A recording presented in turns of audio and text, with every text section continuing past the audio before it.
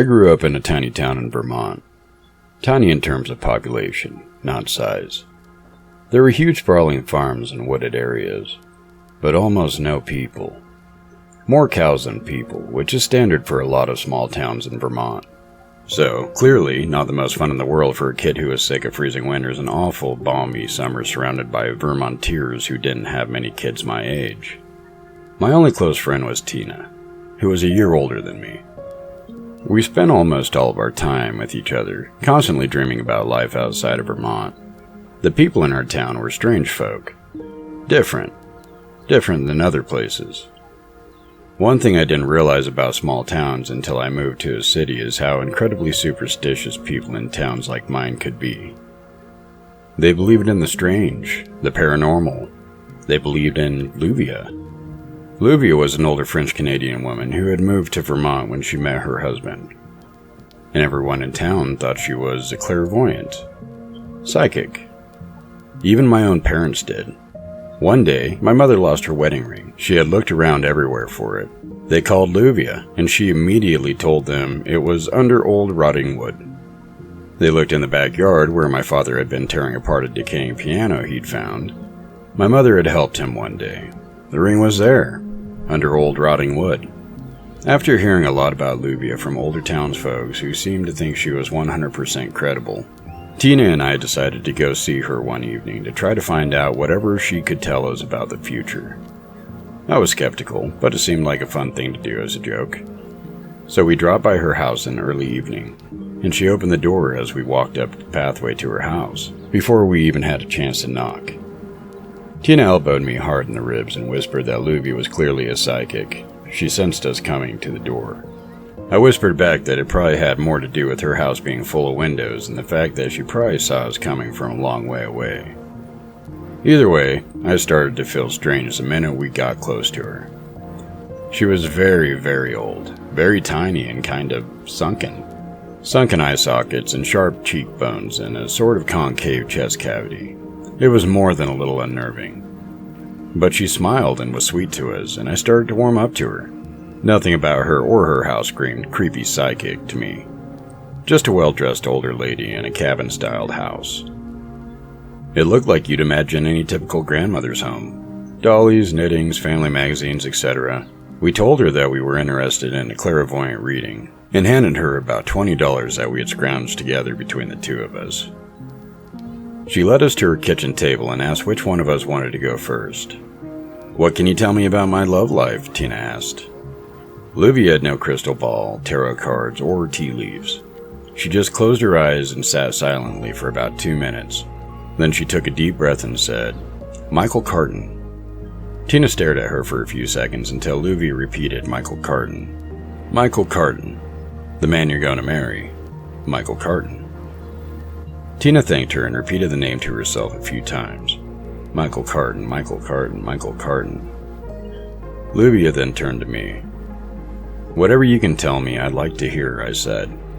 "It doesn't have to be about my love life or anything." Luvia closed her eyes for a few seconds, but information about me seemed to reach her much quicker than her visions of Tina's husband.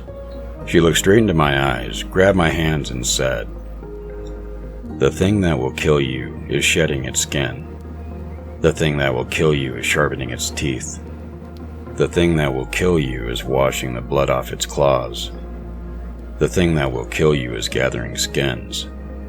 The thing that will kill you, you won't see it coming." The three of us sat there in silence for quite a while. I felt sick, shaken up. Luvia looked as if she wished she didn't have to tell me that. "Is there anything I could do to stop it?" I asked. Luvia slid our money back across the table to us. "No charge for this reading." Tina and I slunk out of Luvia's house quietly. We didn't say a word on the way back to our houses. Tina just found out the name of the love of her life. I got to listen to a horrifying cryptic message about my death. I was 12 years old. I was fucking terrified. When Tina left me at my doorstep, she tried to make light of the readings. "How does she know who I'm going to marry?" she asked. "And it's not like some monster is going to get you. Some skin-shedding, bloody, sharp. It's not like some monster is going to get you. It isn't like some monster isn't gonna get you. For years I looked for it. The thing that will kill me. I could almost feel it. Sensed it just behind each car, swaying behind the trees at night. Underneath the fresh snow, waiting outside my window. With every step I hesitated. Every time I tried to sleep, I could almost see it. What had she said about its teeth? I looked out for slowed skin, for blood, for skins, for hides, but I never found it. When I was 18, I left for college in California to get away from the snow and the cold and the thing that would kill me. I stopped sensing it everywhere. My heart stopped pounding whenever I walked alone at night. Maybe whatever it was, it stayed in Vermont. Maybe it wasn't a thing at all. People in California laughed when I told them the story, and it stopped seeming real. Just the ramblings of a tiny ancient French-Canadian woman. It wasn't real. When I was 27, a wedding invitation came in the mail. Tina was getting married. This was the first I had heard of it. I was still in California and barely kept in contact with anybody from back east. This seemed like a past life. You are cordially invited to the wedding of Michael Carton and Tina. Wait, no.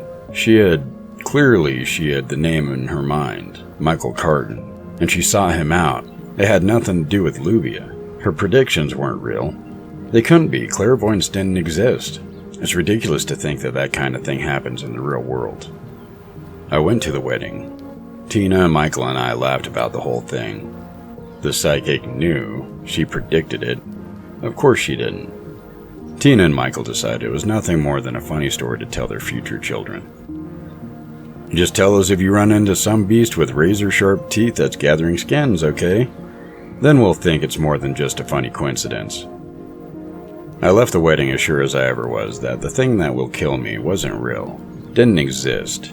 I looked behind the trees, behind the cars. Nothing was waiting for me. Nothing was ready to skin me. I didn't know why I had been so scared so long. The best thing about Tina's wedding is that we got back in touch for the first time in a very long time. We were very different people than we had been as children, but we still shared more of a bond than we realized. She was happy living in Vermont with Michael. She told me everything that was going on in our town, the population slowly increasing, the new schools they were building, the babies that were born, Luvia dying. As the years went on, her calls and emails got less and less frequent. She always seemed to be busy. Soon they tapered off completely. I missed her, of course, but I had my own life, and I could check on my childhood home whenever I wanted. One winter I came into town to visit my parents for the holidays and decided to swing by Tina's house.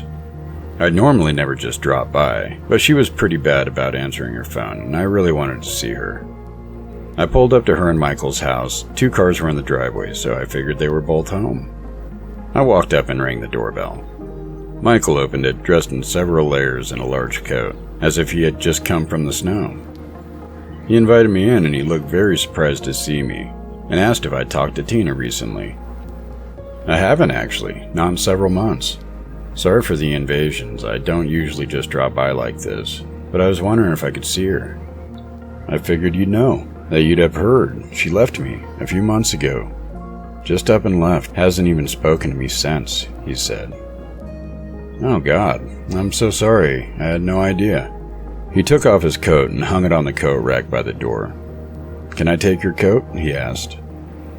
I told him it was alright, that I wouldn't be staying long. I was just so shocked she'd do something like that. He was a really good guy. I'm sorry. I was about to get ready for bed. I've got an early work day tomorrow. Do you mind? He asked. He kicked off his shoes, pulled his sweater off, and headed towards the bathroom. I settled in, looked around their house. Of course I don't mind. Do you know where she went? I don't, he yelled from the bathroom, mouth full of toothpaste. She didn't call until after she was gone. No, that's awful, I'm sorry. He started flossing, and when he saw me looking toward him, closed the door for privacy. When I heard the shower water start running, I pulled out my phone, figuring I'd take this time to look through Tina's last messages to me, to see if she gave any hint of where she went, any clue. My phone fell out of my hand as I grabbed it out of my bag, and I saw it drop beneath the couch. As I felt around under the couch for my phone, my hand hit something else. A massive clump of long hair. I pulled it out from beneath the couch. It seemed so strange, such a large mass of hair. Brown hair, Tina's shade, hair with a piece of scalp still attached. The thing that will kill you is gathering skins. I turned towards the bathroom door. Michael was still showering. The thing that will kill you is washing the blood off its claws. Flossing and brushing. The thing that will kill you is sharpening its teeth. Slowing off his outer clothes, his shoes. The thing that will kill you is shedding its skin. Oh God, the thing that will kill me.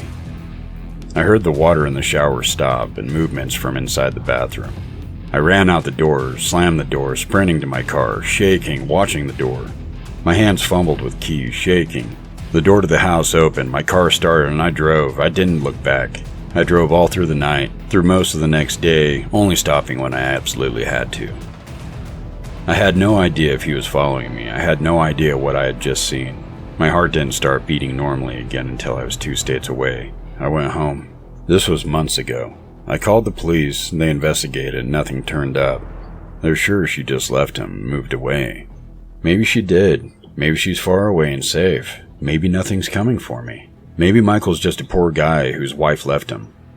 Maybe it's nothing behind the trees and the snowdrifts or underneath the cars. Outside my house at night and the windows, maybe it's nothing. Probably it's nothing. Luby has been wrong before, hasn't she? The thing that will kill you, you won't see it coming.